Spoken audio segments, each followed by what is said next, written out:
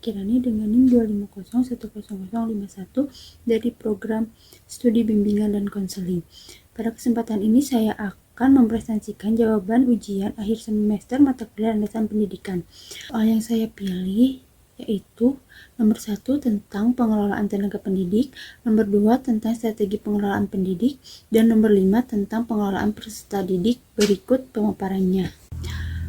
Pengelolaan tenaga pendidik adalah proses perencanaan, perorganisasian, perkembangan, dan pengevaluasian tenaga pendidik agar mampu bekerja secara efektif dan efisien dalam mencapai tujuan pendidik. Pada soal pertama, permasalahan utamanya adalah rasio guru BK dengan jumlah siswa yang tidak ideal, sehingga beban kerja menjadi terlalu berat.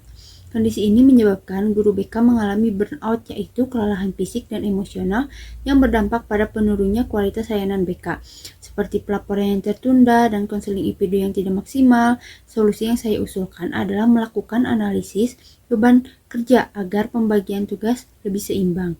Selanjutnya, sekolah dapat mengurangi beban administrasi melalui digitalisasi serta menyusun jadwal layanan BK yang lebih efektif. Jika memungkinkan, sekolah juga perlu mengusulkan penambahan guru BK. Selain itu, program peer support seperti sharing session, supervisi, dan pelatihan manajemen stres penting dilakukan agar guru memperoleh dukungan psikologis. Dengan langkah tersebut, burnout dapat dikurangi dan layanan BK menjadi lebih optimal. Nah, selanjutnya materi yang kedua ada strategi pengelolaan pendidik. Strategi pengelolaan pendidik merupakan upaya yang dirancang secara sistematik untuk meningkatkan mutu pendidikan melalui perencanaan, pelaksanaan, dan evaluasi program sekolah.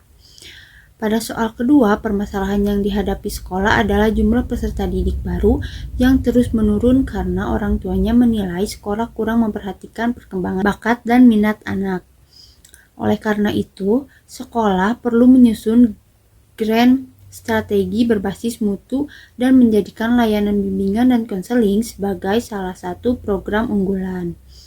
Langkah pertama adalah melakukan asesmen bakat dan minat sejak awal masuk sekolah agar potensi setiap siswa dapat dipetakan. Selanjutnya, layanan BK berkembang diperkuat melalui bimbingan karir day, dan kegiatan perkembangan diri yang sesuai dengan potensi siswa.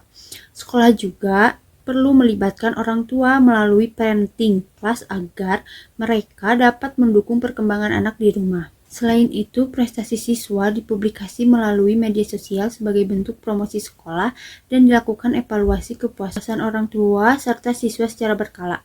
Dengan strategi tersebut diharapkan potensi siswa berkembang secara optimal, kepercayaan masyarakat meningkat, dan jumlah peserta didik baru terus bertambah. Nah, adanya materi terakhir yaitu pengelolaan peserta didik.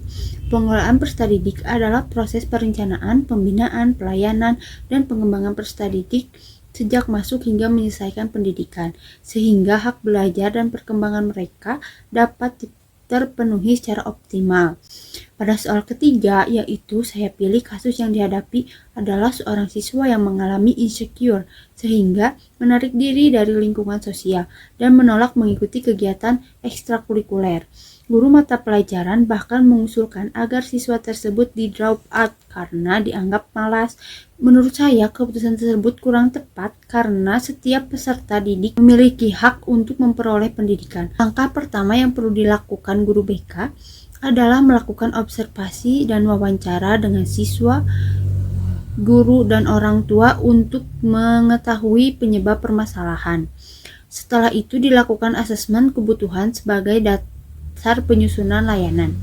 Guru BK kemudian memberikan konseling individu menggunakan pendekatan kognitif behavior terapi dan CBT untuk membantu siswa mengubah pola pikir negatif menjadi positif. Selanjutnya, guru BK bekerja sama dengan wali kelas, guru mata pelajaran, dan orang tua, serta mendampingi siswa mengikuti kegiatan sesuai bakat dan minatnya. Perkembangan siswa dipantau melalui monitoring dan evaluasi secara berkala. Dengan penanganan yang komprehensif, diharapkan kepercayaan diri meningkat, siswa lebih aktif belajar, hak belajarnya tetap terpenuhi, dan resiko dropout dapat dicegah. Dan yang terakhir ada kesimpulan. Sebagai kesimpulan, ketiga kasus tersebut menunjukkan bahwa keberhasilan administrasi dan manajemen pendidikan tidak hanya bergantung pada kebijakan sekolah, tetapi juga pada pengelolaan tenaga pendidik, strategi peningkatan mutu, serta layanan bimbingan dan konseling yang komprehensif. Melalui kolaborasi antara kepala sekolah, guru BK, guru mata pelajaran, dan orang tua, sekolah dapat menciptakan lingkungan belajar yang mendukung perkembangan peserta didik secara optimal. Terima kasih atas perhatiannya. Wassalamualaikum warahmatullahi wabarakatuh.